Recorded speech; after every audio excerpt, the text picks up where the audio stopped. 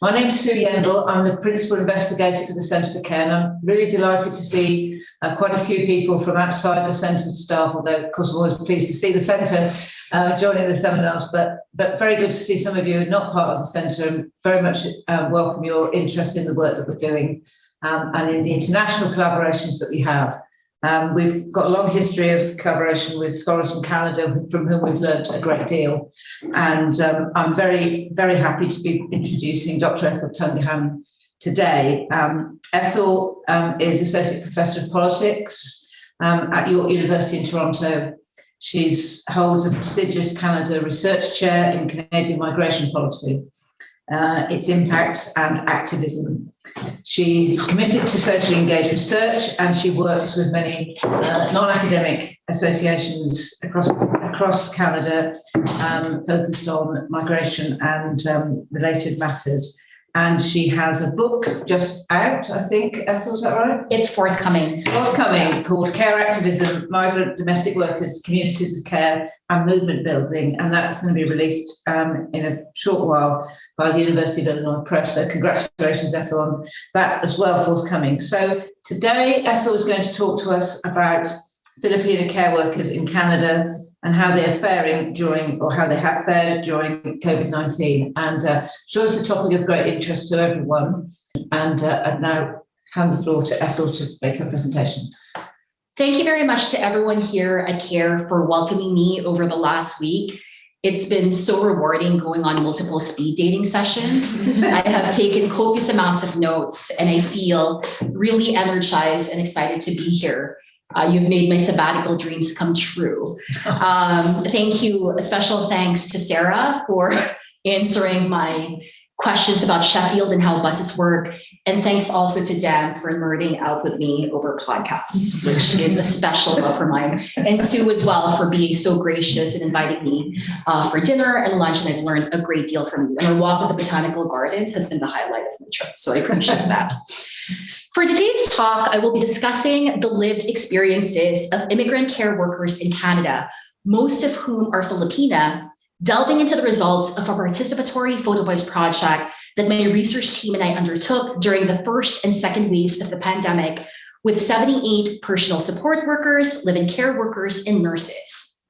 I will also talk a little bit about my forthcoming book, Care Activism, Migrant Domestic Workers, Communities of Care and Movement Building, which will be released in August 2023. For those of you in the Zoom call, here is the QR code to join the mailing list that will give updates, including discounts, which I am cheekily putting up there and which my publisher said I should. And we will get reviewed in the International Journal of Care and Caring. Oh, amazing. Thank you. I made two central claims in this talk. First, intersectionality policy analysis reveals that migrant care workers' occupation, race, class, migration status, disability, and age, when analyzed alongside interlocking power structures of colonialism and globalization, meso-level labor, occupational health, and safety public policies and workplace practices and everyday norms, contextualize migrant care workers' experiences. This helps me place their narratives in what Cynthia Cranford and Leah Vosco call the continuum of labor precariousness. The second claim I make is that migrant care workers, in the face of these challenges, mobilize and lead social movements that not only seek policy improvements, but creates communities of care that allow care workers to be there for each other. The idea of behind communities of care stems from Valerie Francisco Menchavez's 2018 book, The Labor of Care. Valerie and I have collaborated on numerous projects together. By way of introduction, I'd like to take everyone back to the pandemic. The personal is political, and the political informs my research. And I think as a care researcher, it wouldn't be right for me not to talk about caring needs during the pandemic as they arose when I was, in the throes of it all. And I know that speaking to Dan and to Matt and to other folks who were recovering and still have PTSD during the pandemic because of heightened care needs is something that we've all thought about quite seriously. So when the COVID-19 pandemic first arrived in Canada in March 2020, I had a 9-month-old baby and a 4-year-old. So here on the slide, in the left-hand side, the baby, Georgina, was about 9 months old. Winifred was about 3 years old. In March 2020, I was pre-tenure. I also had to teach online. And because daycares and schools were closed, I also had to provide childcare, right, during the day. And what you see in the slide is a photo of me trying to give a semblance of order in my life. So that's actually, that poster there is probably as big as that wall. And I just kind of wrote it down and said, okay, in the morning, this is what we're going to do. We didn't follow that, but I just needed to have some sort of structure, right? And in the second photo, that's year 2 of the pandemic. And that's also Georgina and Winifred. And again, we still had some stresses even when schools started to open. Every time someone had COVID in the kindergarten class, school had to move online, which meant we all had to self-isolate. For those of you who are parents, I mean, Dan, you're a parent. I mean, I think I blocked down parts of it, right? Like I'm still, quite frankly, quite traumatized. I also have senior parents. So during the pandemic, a lot of my care work also involved buying groceries for them. When there were lockdowns, we couldn't actually see each other. So we kind of drop the groceries off at the front door and kind of wave from afar, right? And that was extremely stressful as well. So rather than working from home, I, like many of you, was living at work. Yet it was also during the pandemic that I realized just how lucky we were. The tremendous privilege of being able to stay at home while the pandemic raged meant that despite these daily stresses, we were protected. Within my own community and my own family, many of whom are healthcare professionals, I witnessed the devastating effects of COVID-19. My cousin's father-in-law, who worked as a personal support worker, which is a personal assistant, I think in the UK, he worked in the United States. And in the early days, within weeks of COVID-19 raging, he got COVID and he died. Because of lockdown regulations, none of his immediate family members, not even his wife, could be at his bedside. They also had protocol where people couldn't see the deceased, right? So the next time my aunt saw her deceased husband, he had been cremated, right? So there were all of these rituals when it came to grieving and mourning that were completely upended. And I think as COVID kept spreading, the inequality of COVID really hit home. And I'll talk a little bit about racialized inequality, but let's widen our lens and look at the transnational inequities taking place. So Canada was relatively okay in terms of kind of COVID outcome, but countries like the Philippines, countries in the developing world, didn't have access to quote unquote the good vaccines. If you'll remember at that time, there was a lot of conversation about vaccine appetite, right? And so then it became a question of vaccine hoarding on the part of global North countries. And it was also during that time when I really felt viscerally some of the inequities when it came to kind of COVID health mitigation. And so it was during this time that I understood in Canada and also elsewhere, but I'm talking right now about Canada, how unequal the pandemic was in terms of its impacts on different communities. I am part of the Filipino diaspora with many of my community members, as I said, working as healthcare workers, due to the Philippine state's labor export policies that deliberately markets the abilities of its citizens as qualified care workers as a way to boost its economy through migrant remittances.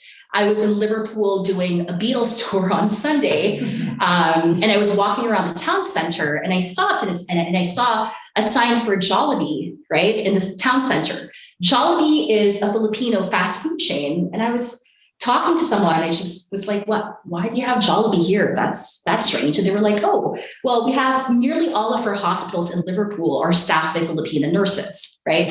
And so one thing I kind of want to highlight is that contrary to kind of the Philippine states and recruiters' invocations that Filipinos are natural caregivers, this was actually a deliberate state policy. So there are a lot of nursing schools and caregiving schools in the Philippines that are specifically geared towards exporting its workers abroad, right? So we need to look at kind of the structural roots of migration and we need to look at labor brokerage as a phenomenon.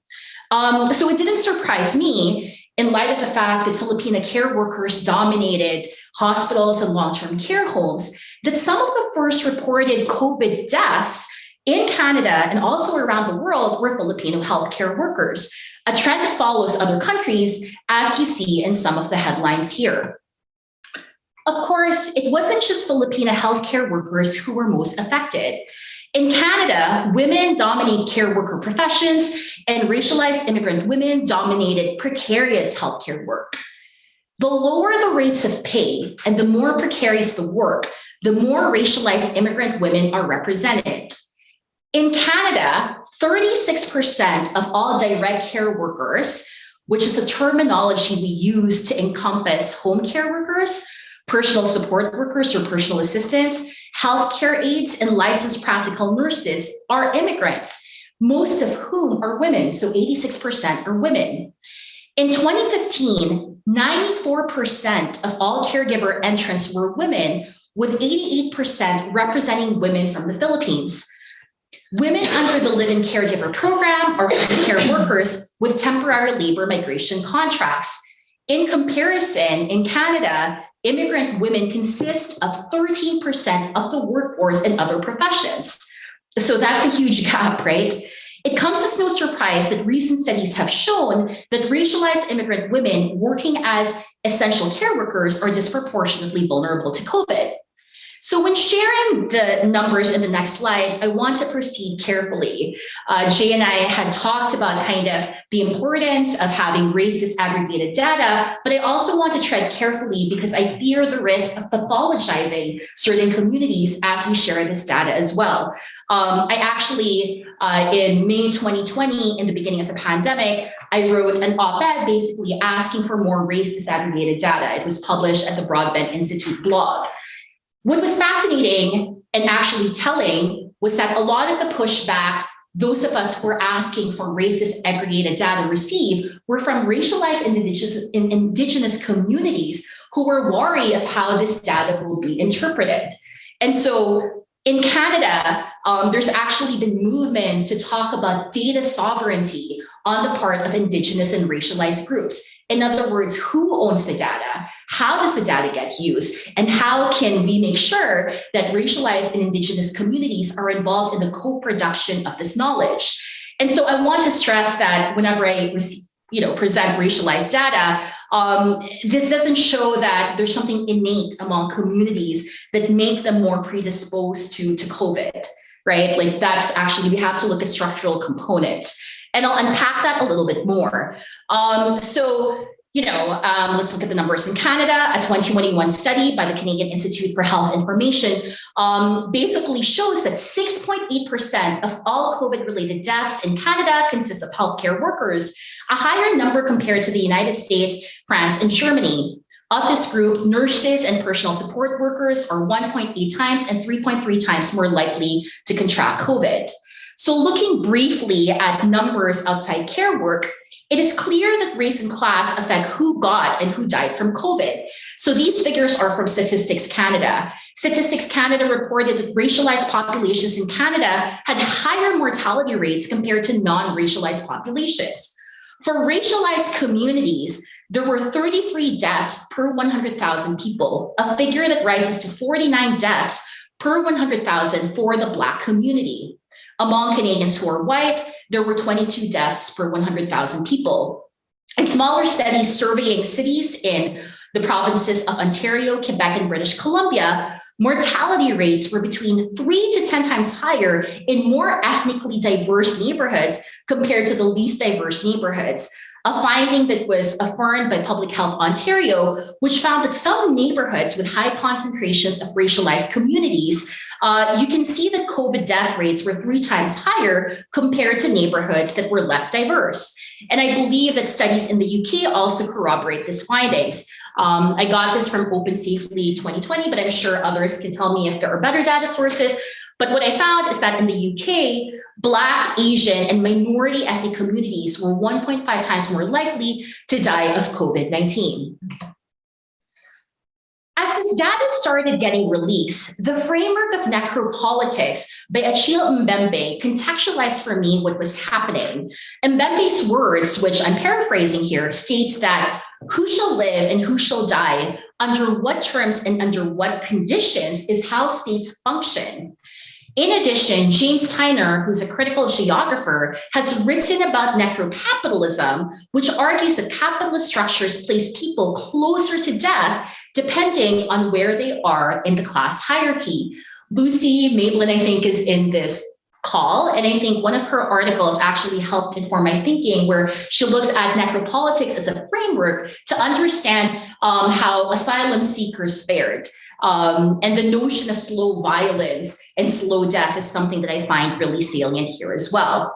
So aside from being a researcher of care work and social policy, I'm also a migration researcher, and I could see clearly that racialized working class migrant workers were being sacrificed.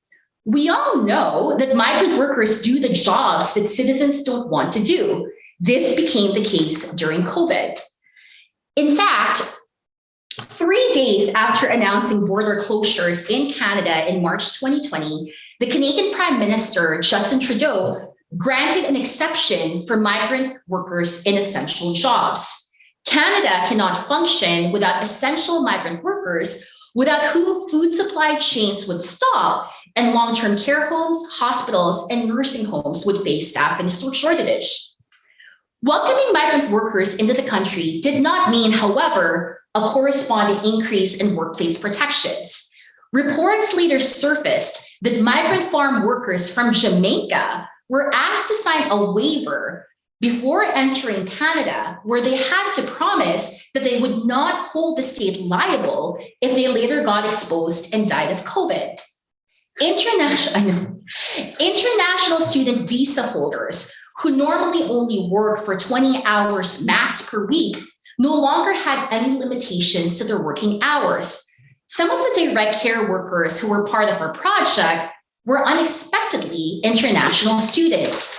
Even now, there are no restrictions to international students' working hours, which shows that the federal government's recognition that international students have become part of Canada's migrant labor force has become true. And I think that's a troubling development that I'm curious to see, is that happening in the UK as well? Many of these work sites where migrant workers labored, including long-term care homes, manufacturing plants, farms, and factories, had COVID outbreaks because of the absence of protections. And when these outbreaks were discussed, as is the case of the meat packing plant Cargill in Alberta, the workers themselves were blamed. In Cargill, the majority of the migrant workers who worked there were Filipino migrant workers. The health minister in Alberta at that time, Dina Hinshaw, said that the reason that COVID spread in this plant was because of Filipino culture of hard work. And so this was disseminated in the media and was obviously extremely upsetting. Not included in her analysis was how migrant workers needed to work a certain number of days to meet the terms of their work visa. If they don't work the allocated number of days, they might get deported. They also didn't consider how there was no paid sick leave. So if you didn't go to work, you didn't get paid. To state the obvious, Filipino workers did not get COVID because of cultural reasons, but rather because of structural conditions that exposed them to precarious working sites. To be clear, it is only after the first wave of the pandemic that race disaggregated data showed the discrepancies between different groups. So I feel like now that Statistics Canada is releasing these figures, we could contextualize some of the experiences that at that point felt anecdotal. At the height of the first wave of the pandemic, there was an absence of data. My colleagues, Jessica Tikar, Matias Guerra, Connolly De Leon, Maureen Tolentino, Marissa Largo, and I observed that despite our friends and our family members who were direct care workers getting exposed and in some cases dying of COVID, newspaper articles ignored them. There was an absence of information. No one was reporting on the deaths going on, at least not in the very beginning. It was out of a feeling of needing to rectify the invisibilities of direct care workers, of documenting their experiences and making sure that their work mattered, that we decided to pursue a project centering their experiences. We talked about what this project would look like, taking into account social distancing requirements, the need to make sure that the project isn't going to be traumatic for the care workers taking part, and for our partner organizations, Migrant Resource Centre Canada and Gabrielle, Ontario, that the project reflects its own advocacy goals for more responsive policymaking and for movement building. And maybe, Becky, you can tell me how you've tried to shift policies based on research projects here as well, because I do a lot of policy engagement, right? Like, that's part of my work. I'm a socially engaged researcher. That's a term we use in Canada, which means that for most of my research career, I've tried to use participatory action research methods and feminist interpretive methods to ensure that there is community buy-in for the research that we do. My approach to research, shared by MRCC and Gabriella, Ontario, who I've worked with for more than a decade, is to attempt to ensure that the knowledge that we produce can contribute to academic theorizing, policy change, and community building. With these considerations in mind, we use participatory photovoice methods to simply answer the question, what was life like for Filipina migrant care workers during COVID-19? I'm trained as a political scientist, and I've never done arts-based research methods. So engaging in the project was a learning experience for me. Fortunately, a member of our team, Maria Talentino, is a photovoice expert. So she helped guide us in this methodology. But for those of you who don't know, as a qualitative arts-based method, photovoice allows the care workers in our study to truly lead the project because they are free to choose which moments of their lives to capture on camera and to share. I would argue for this group, more so than interviews, photographs allowed migrant care workers to capture the intimate and embodied realities of care work. Because a picture is worth 1,000 words, the photos can then be used to engender public awareness and catalyze policy change. And I'll talk about some of the policy outputs we produced later. But in any case, as a method, photovoice uses both the pictures being taken and the narratives used to accompany each photograph as our sources of data. In contrast to, say, interviews, which tend to rely on participants replying to the questions set by the interviewer, we believe that photovoice lets migrant care workers, who we deemed as co-researchers in the project, to determine which parts of their lives to share. We also believe that because care workers embodied work, photographs help express workplace reality more so than spoken narratives.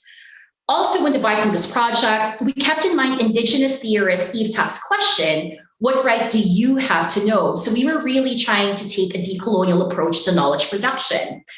This was grounded in the belief that the needs and interests of the community were more important over and above research output. And perhaps we can have a dialogue during the Q&A on how sometimes academic priorities don't easily square with community needs, right? And how do we kind of reconcile competing imperatives? Put differently, and referring again to Eve Tuck, we are hyper aware of the risks of pathologizing racialized community members through our work. Given that, in Canada at least, a lot of existing research on migrant care workers tend to invoke what Tuck calls damage-centered frameworks, we wanted to make sure that our project centered care workers' perspectives. What this meant was that as we started coding and analyzing data, we actually had some of the care workers involved as research collaborators. So they were doing coding, they were doing analysis, and we did this through an app. We did data analysis asynchronously through this app. And again, we can talk more about that if people are interested during the Q&A. In total, we recruited 78 Filipina care workers using convenience and snowball sampling who took more than 300 photographs. To my knowledge, most photovoice projects are smaller in scale, right? So having an N of 78 was quite unusual, but this also meant that we had richer sources of data. Right now, what we're trying to do is trying to code photographs alongside narratives. And again, that's quite a difficult task, but I think we're more than up for the challenge. Of the 78 Filipina care workers in our research, we had in-home caregivers, personal support workers, and nurses across Ontario, Alberta, and British Columbia. So in-home caregivers are those who are coming in through the live-in caregiver program, right? They live and work in their employer's household, so they have temporary visas. Personal support workers are what you call in the UK personal assistants, and nurses, well, nurses are nurses, right? We place care workers in Zoom-based conversational pods with other care workers in the same profession and from the same province. So nurses from Alberta were in a pod with other nurses from Alberta, so on and so forth. In these pods, we practice what anthropologist Clifford Geertz calls deep hanging out.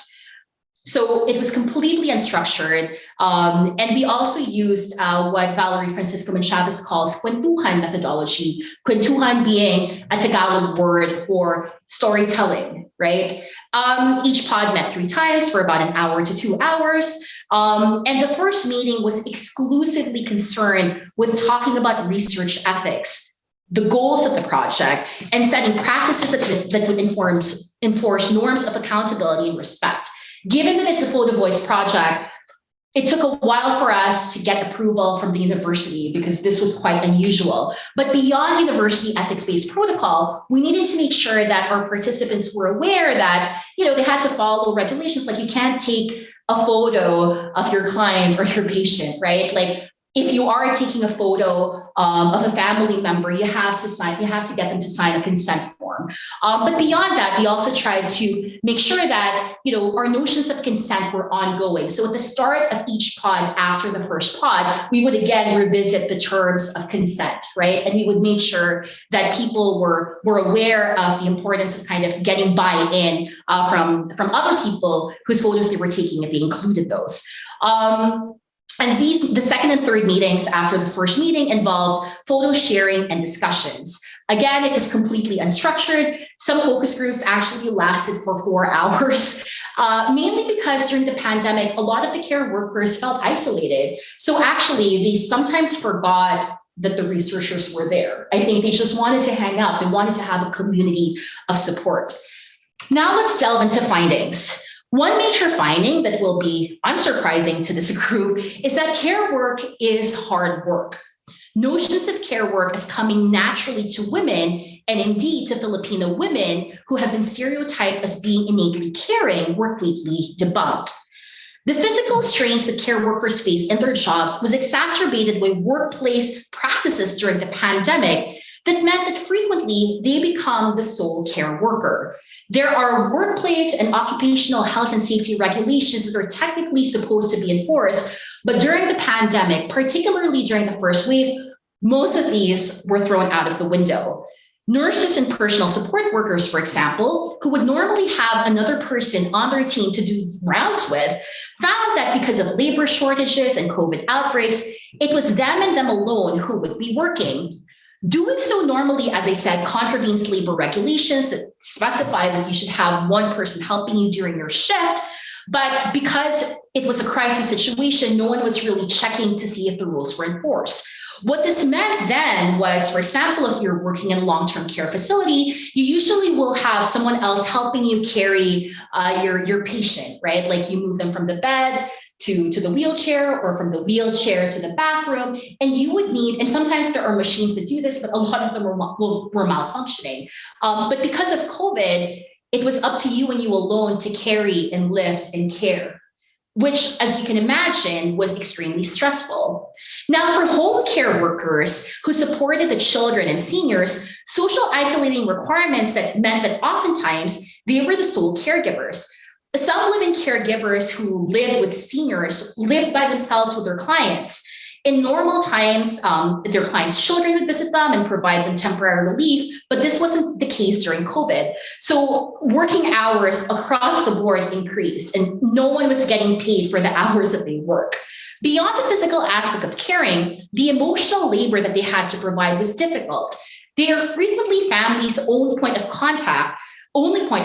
So giving updates to family members about their clients' and patients' health, and in some cases, acting as the go-between when their clients and patients were dying, added to their work. So they had to be the interface. The number of interviews we had where, the care workers had to kind of use their own personal mobile phones and use FaceTime so, children could say goodbye to their parents. I mean, these stories were so commonplace. Hence, for all care workers in our study, workloads increase, anxiety increase. And also because, again, in the first wave, it was an emergency situation, a lot were prohibited from taking time off. Right? A lot of long-term care homes said, look, you just cannot take time off, even if you're entitled to it. We're sorry, but this is a crisis situation. That the care work that they did was frequently invisibilized meant that it was hard to try to get support for their labor rights. And I think what's really fascinating, and this is where we talk about agency, is that all of the care workers knew when their employers were violating their rights. I mean, everyone was an agent, right? But the question of the power hierarchy made it harder for people to tell their bosses, look, I work this amount of hours, I need to be paid this much, because the power hierarchies were there. People knew that they were being abused, right? But the question is whether they could act on it. And I think one key finding that we also found was that, my research assistant, Leah Nicholson, and I surveyed the pandemic protections offered by different provinces and territories across Canada, and we found that there were inconsistent regulations. So for those of you who don't know, and I think I've spoken to those of you who I met privately about this, in Canada, there's the federal government that sets immigration policies, but provinces set labor policies and also workplace policies, right? So we have a devolved system. Provinces also set policies surrounding sheltering in place, vaccine access, and things like that. So provinces also, and this is where it gets really messy, classify the same job of direct care workers differently, which meant that in some jurisdictions, only direct care workers who were working in institutions received extra pandemic pay, whereas others, such as home care workers who were privately employed, weren't included in extra top of pandemic pay. So that meant that if you worked in a long-term care facility, you could get like a pandemic pay top up. But if you're a private carer involved in working in the home, you didn't count, right? So some provinces classified it differently. Also, what was interesting is that in some provinces, only care workers on long-term permanent contracts could avail of pandemic pay, leaving those working for temporary agencies hanging. So perhaps you can tell me about this during the Q&A, but a lot of care workers work for staffing agencies, so they're temps, right? But according to regulations devised by conservative governments in Ontario, if you were a temp, you couldn't avail of these pandemic protections. So they had this weird rubric of classifying whose care work counted during the pandemic. There was also different and inconsistent policies surrounding paid sick leave. Ontario doesn't have paid sick leave, other provinces don't. And finally, given the erratic nature of care work, a lot of provinces said that if you're a care worker, you only could be employed by one facility, right? Like if you're working for one care home, that's it. You can't be employed in multiple care homes. But because of the precarity of the job, a lot of care workers are employed by one or two facilities, or they do personal support work in an institution. And in the weekends, they provide relief work as home care workers, right? So it's a patchwork of different employment options.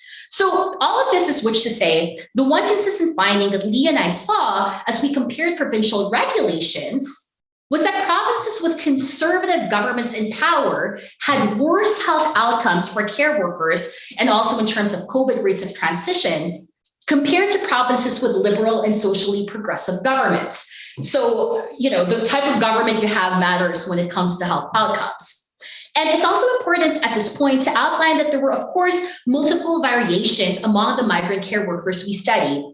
So our study allowed us to understand the challenges of different types of care work as experienced by women with different circumstances. So here it's now useful to talk about intersectionality and how that plays in. So, the migrant care workers in our study, although they were all Filipina, had different immigration statuses that ranged from those without status, so they are no longer allowed to remain in Canada, so they're undocumented, to those who are permanent residents, which meant that they don't yet have Canadian citizenship, but they can apply for it after a number of years, to those with Canadian citizenship. They also had different working situations. Some were part of workplaces that had labor unions. Others had workplaces where they were non-unionized. And they also had variations in terms of the stability of their employment situations. They had different socioeconomic situations and also different living situations. There were those we interviewed who lived and worked with their employer, so they shared the same house as their employer, mostly living caregivers. There are those who own their own property. There were those who were renting a flat with others. And we also interviewed a few care workers who were in homeless shelters. So we use intersectionality policy analysis to unpack these differences. IPA uses a multi-level analysis of macro, meso, and micro processes to see how these interact and affect the experiences of people from different social locations. IPA shows how global and federal policies on immigration and labor migration intersect with provincial policies on labor and occupational health and safety, and also then with these intersect with workplace policies to affect migrant care workers. So having this multi-scale or intersectional analysis, I thought, was really useful for us to understand and contextualize migrant care workers' experiences. But IPA also emphasized that these effects cannot be predetermined. Rather, you have to use inductive research. These effects can only be excavated when you're doing your research, when you're doing your interviews and analysis. Using IPA allowed us to place care workers' narratives in a continuum of labor precarity. Looking at this continuum, we can see that nurses are the most protected, followed by personal support workers, with live-in care workers being the most precarious. So let's move on to the photos and the data. So nurses are unionized and have Canadian citizenship, which offer them greater labor protections. This does not mean, of course, that the nurses who were in our pods felt safe. In fact, we spoke to two nurses who got COVID. One of the nurses lived with her husband, her child, and her parents, which made isolating difficult.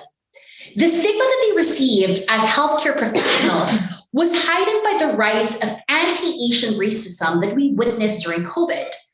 Not only did some of the nurses tell us that they faced hostility when after work they would walk around in their scrubs, some shared with me the racist attacks that they faced with random strangers chastising them for spreading COVID. So there was a lot of abuse that they were facing.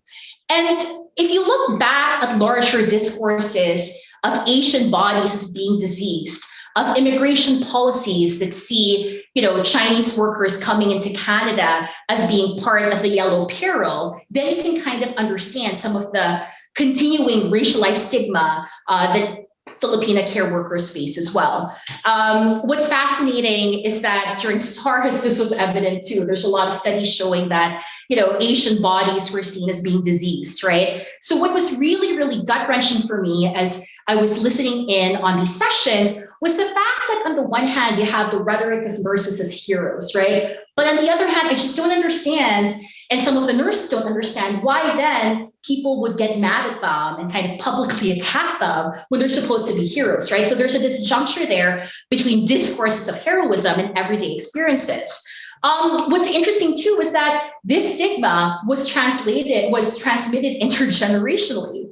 A few nurses shared that their kids faced some discrimination as well, whereby some of their classmates told them, their kids rather, that they shouldn't be played with, that they can't have the same play circles because these classmates' parents were like, well, you might get COVID, right? So you can see kind of how disease kind of was spread, or discourses of the disease was spread intergenerationally as well. So here are some of the photos shared by nurses at their workplaces.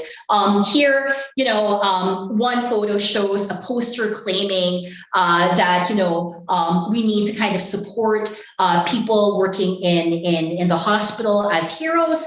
But I've already said that there's a difference between discourses and everyday practice. And this other photo, which I find interesting, is a photo of the added safety precautions that all nurses had to go through before coming to work. So in this photo, you can see that they have their personal protective equipment. They also had several layers of hospital gowns. They also all had to take COVID tests before being allowed into the hospital, right? And I think, for a lot of them, it's part of standard practice, but it really highlighted how much their workplace has shifted during COVID. That being said, even though, work was hard for nurses compared to personal assistants and to living caregivers, nurses generally fared better. They have citizenship and they're unionized. So personal support workers were more precarious compared to nurses. They were paid less and did not have as much job security. They also faced more health risks. So we also need to look at within group variation, right? So among personal support workers, there's also a continuum of labor precarity. The facilities where personal support workers were employed affected their precariousness. Those working in public, unionized facilities fared better than those working in private, for-profit, non-unionized facilities. Those who fared the worst were non-unionized and worked as temporary workers. Citizenship status also matters. Those who have citizenship were more secure than those without because they did not have to worry about getting deported. Intersectional analysis adds layers to our understanding of care work. In the middle of our sessions with personal support workers, there were several reported outbreaks of COVID in nursing homes across Canada. We did this, as I said, research in the first and second waves of the pandemic. Some of the personal support workers who we spoke to were employed in these homes and were even directly assigned to work with patients with COVID. They described in detail the protocol that they had to follow when working in the COVID wings of their homes. Not only did they have to wear double the amount of PPEs, as seen in the first photo in the slide. So here you see someone kind of she has triple layer mask. I mean, you can't really see that, but she shared that. And then she also had multiple gowns, right? And one of the things they kept saying was, we understand that these precautions are necessary, but it's intensely uncomfortable. It's really hot to be under these gowns. And also it was hard, right? Because she had glasses, but then the mask kept fogging her glasses. So it kind of impeded her ability to see. So that was difficult as well. What's interesting is that when we were doing a thematic analysis of the photos being taken, a lot of the care workers took pictures of hands, right? The second photo of a personal support worker holding the hands of her patient reveals this. And I think, this shows kind of the tactile nature of care work, the embodied nature of care work. Many personal support workers express distress over seeing not only their patients dying, but also seeing their colleagues get COVID and even die from it. In Canada, many of the COVID outbreaks were in long-term care homes and retirement homes, requiring the Canadian military, in some cases, to intervene and provide support. As one care worker said, seeing everyone around me die one by one is traumatic.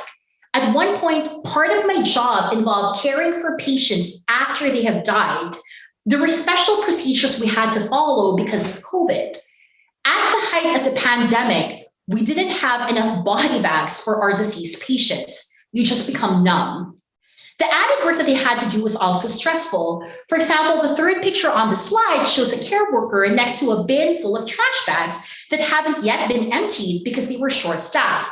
Normally, you'd have a custodial staff doing this, but there were labor shortages, and more frequently than not, it was personal support workers who were in charge of custodial duties. And I think the same care worker also shared a picture of the lift with multiple buttons on the lift kind of pressed. And she said, Ethel, these were all of the floors I had to be in charge of in a given shift. Finally, care workers without citizenship, namely living caregivers, experienced more labor precarity because their work permits were tied to their employers and they had to live with their employers. Imagine how stressful it would be to live with your boss, right? But also in Canada, we have a live-in caregiver program that allows migrant care workers to come to the country, work and live with their employers for a period of 2 years, after which they can apply for Canadian citizenship for themselves and their families. So it's a route to citizenship. So the added pressure of being able to apply for Canadian citizenship, puts care workers in a lower power position. During the pandemic, living caregivers' workloads increased. Work from home mandates meant that their employers were at home, which meant that their workloads increased. Several care workers discussed how they were expected to provide round-the-clock care. One care worker mentioned that she was required to always keep the monitor keeping tabs on her elderly patient on, even when she was sleeping. And although living caregivers are given days off, social isolation requirements mean that they have to stay in their employers' households. As mentioned, a lot of caregivers, their employers are actually the people that they were taking care of, right? So that complicates their labor situations as well. In normal times, they would have children and other visitors coming, but during COVID, it was just them and them alone.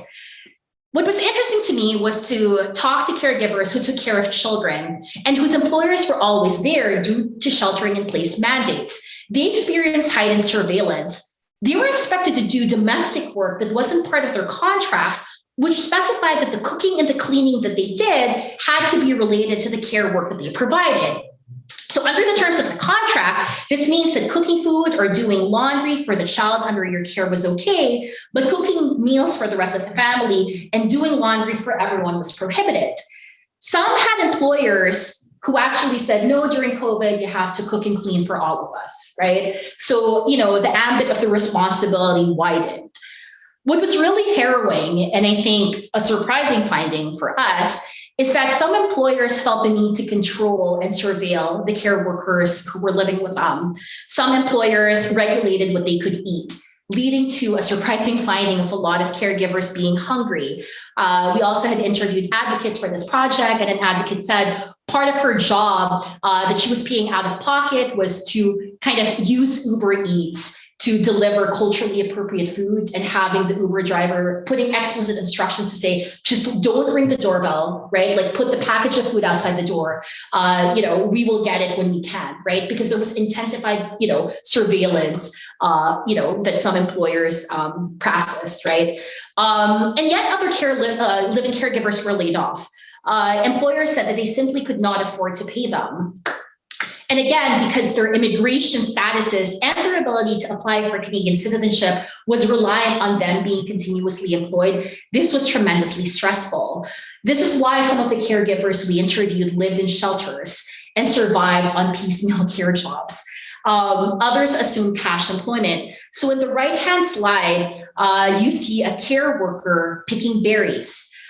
She came to Canada as a living caregiver. Her employer laid her off and said, I can't afford to pay you, but you can live here, right? But I just can't pay you. So to make ends meet, she decided to work for a fruit picking farm. And for every bucket of blueberries that she filled, she got $5, 5 Canadian dollars, which is what, £2? I mean, I'm not sure what the conversion is.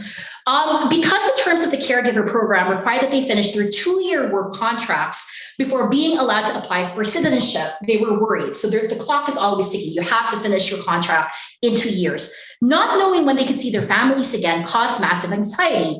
In the first picture, you see a selfie of a caregiver with 3 dots above her head. Above this is a photo of Immigration, Refugee, and Citizenship Canada. So it's their logo. She created this meme to show that she has been endlessly waiting. So when the 3 dots appear on your phone, that means you're waiting, right? The second photo is a snapshot of another caregiver making a long-distance call to her husband and child. Missing birthdays and other life milestones was hard enough. Not knowing the end point of this waiting period was especially harrowing. As we read Moon's analysis of intersectionality, which foregrounds how intersectionality needs to take into account fluidity and context, I was aware that care workers' circumstances constantly shifted. In addition, in contrast to the assumption that in terms of social location, it is always the holy trinity of race, class, and gender as being always salient, intersectionality policy analysis reveals to us that some social locations matter more depending on context. It urges us to see how these categories, social categories, intersect with larger processes. So we just had a session today on disability and disability equality, and this is actually a major finding in our study. Some care workers developed or intensified pre-existing musculoskeletal injuries, leading to temporary and permanent disablement. The act of bending and lifting and carrying can create bodily harm. When provinces do not have provisions for paid sick leave, care workers who have to pay the bills feel compelled to work. When one is trying to accumulate the hours needed to qualify for Canadian citizenship, there is even more pressure to ignore bodily pains and just keep working. So an emerging theme of this work is the occurrence of episodic disabilities among migrant care workers, including mental disabilities. when we think about disability in care work, we tend to focus on disabled clients, but we also now need to talk about care workers as being disabled too, or becoming disabled. Aging is also another aging is another social location that we've been examining too. The median age of care workers in our study is 50. That's not a young workforce. One constant topic of conversation that we discussed was what will happen to care workers when they're older and require care. The wages that they receive for their work is nowhere close to meeting the fees required to pay for private long-term care homes. Public care homes exist, but there's also a huge waiting list. And it's funny when we think, I think it was with Catherine that we were talking about this, but when you think about aging, we tend to kind of just like dismiss it. Like we kind of have this cognitive failure. I think that was Catherine's term, where we just assume that it'll all sort itself out, right? And that's not the case. So a lot of care workers would vaguely tell us, I'm just going to go back home when I've retired. And for me, I'm like, well, where is home? Who will care for you when you're at home? Are your notions of home the same as before, as when you left, right? Because, we tend to think of home as being fixed in time, but there's a lot of changes, obviously, that have taken place. And so, that's something, aging and disability, that, allows aging and disability were themes that emerge that I think we need to contextualize further.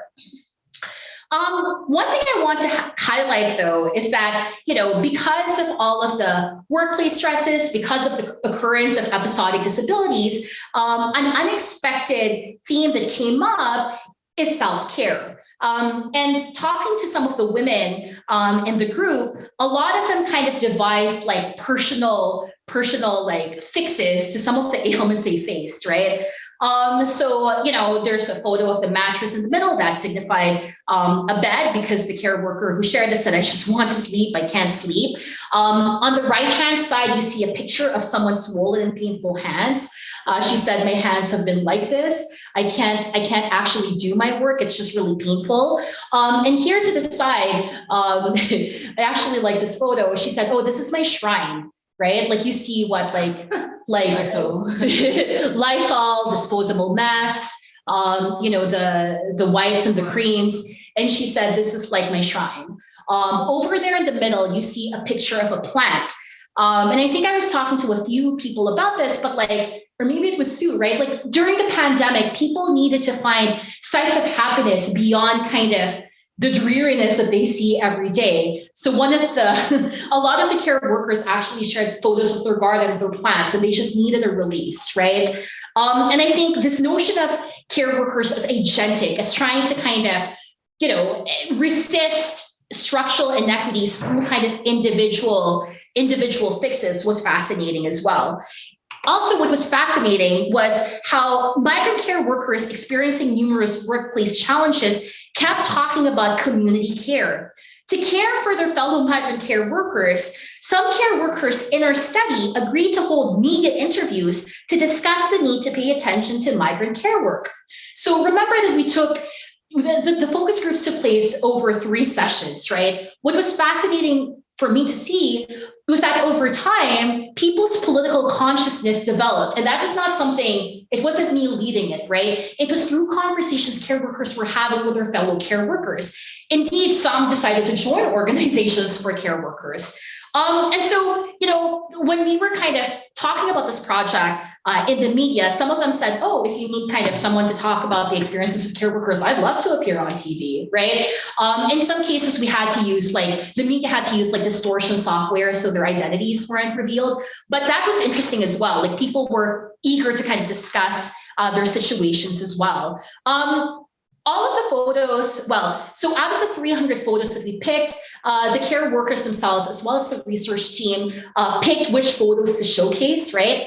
So the photovoice project was shown in art exhibits across Canada. This is a picture of me and my research team. And this was during the launch of our photovoice exhibit entitled Matatag, which means strong in Tagalog, which was on display at A Space Gallery in downtown Toronto. When we had our launch, we also had many care workers who were part of their study attending. And what was really fascinating was, we had a structure in mind when it came to kind of the proceedings, right? We thought we'd contextualize the photos. We asked care workers like 2 or 3 care workers to contextualize kind of some of the photos that they took. But what ended up happening was this became a really long discussion where care workers kind of took the mic and went to the stage and kind of tried to mobilize each other, tried to say, this is why we should unionize. This is why we should organize. And again, that just happened organically. And so I think also for the project, we wrote policy briefs in consultation with care workers. So in terms of, and we also had like a petition that we then sent to Canadian policymakers. And so because of the project as well, the Senate of Canada had invited me to represent project findings because they're doing an investigation on migrant work in Canada. So really, like, the policy outputs were just there. Like, people, I felt, were more kind of inclined to engage with us because they saw the photographs, right? So reading a report was different, but seeing the photographs, actually touched some of the politicians. So this exhibit was shown in Barrie, Ontario, which is close to Toronto, but is more of a suburb. And there we had politicians coming and asking questions and telling us they want to know what they can do to support, right? So the policy briefs, which is on filipinacareworkers.com, outlines some of the policy changes that care workers themselves wanted.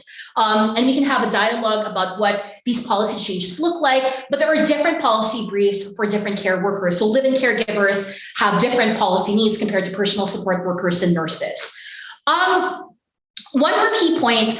So this project, aside from kind of generating like policy changes, has also helped us kind of get additional funding to do another research project, this time surveying direct care workers across Alberta and Ontario, right? So the next stage of the project would actually be to do a survey of direct care workers, not just Filipino workers, to understand what the post-COVID transition's been like. So just really quickly, I also want to stress that for care workers, we could see a lot of sites of resistance. The care workers who were part of our project were clear that they don't want to be seen as damaged, right? They were clear that they actually are agents who are there to try to shift current arrangements. So this is where communities of care provide support. So there were a lot of pictures of community care, but I'll just kind of zone in on 2. This picture on the left-hand side, you can see that there were a lot of Tupperware containers of food. So during lockdown, the care workers saw that their fellow care workers were hungry. So they organized food drives where they would just drop off the food, at people's porches and hope that, they would not be hungry anymore. And again, this occurred organically, right?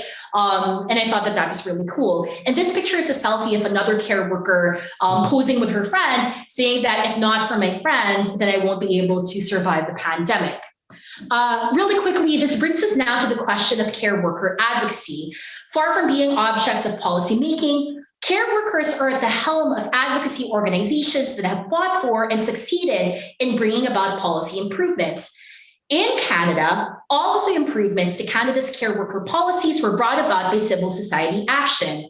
Yet to understand care activism, it's important for us to see that this extends beyond policy change, but also extends towards creating communities of care with each other. Joe Tronto's work on caring democracy was really salient in this regard, where you can see that norms of accountability and relationality were embedded in the practices of these care worker organizations.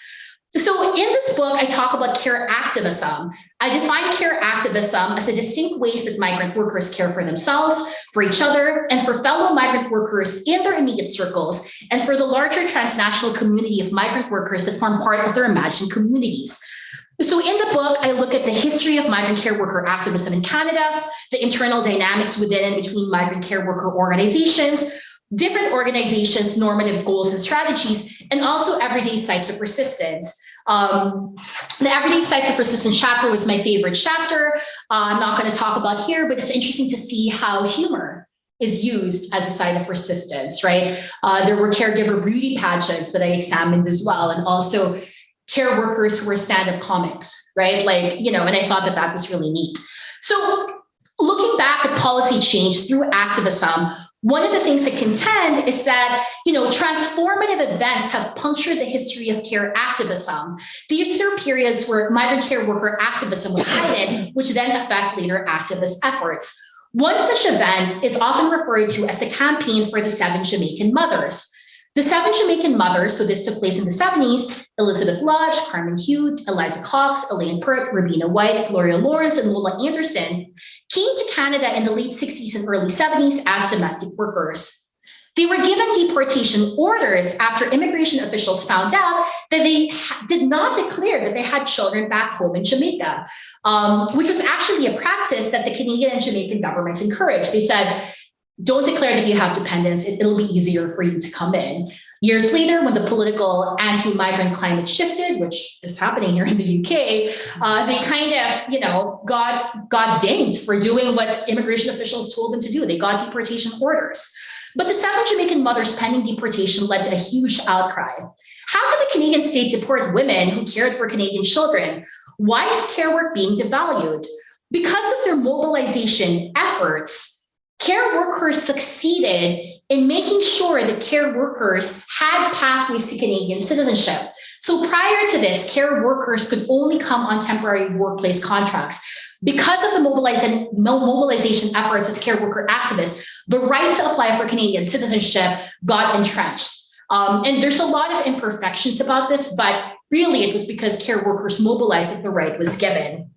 So one thing I also kind of wanted to say was that care worker activism continues. The adage, good enough to work, good enough to stay, is something that care worker activists still proclaim. What's interesting is that in an evolving immigration landscape, previously held rights are being restricted. It started with the conservatives, as it always does. And the conservative government under Stephen Harper actually put in place licensing and language requirements that care workers had to fulfill before they could apply for Canadian citizenship. So in other words, they were like constraining the pool of care workers who could get citizenship. They also put in a quota that meant that care workers, there could only be 5,500 care workers getting Canadian citizenship in a given year. In previous eras, there were no quotas, no language and licensing requirements. So you can see that the policy landscape is shifting as well.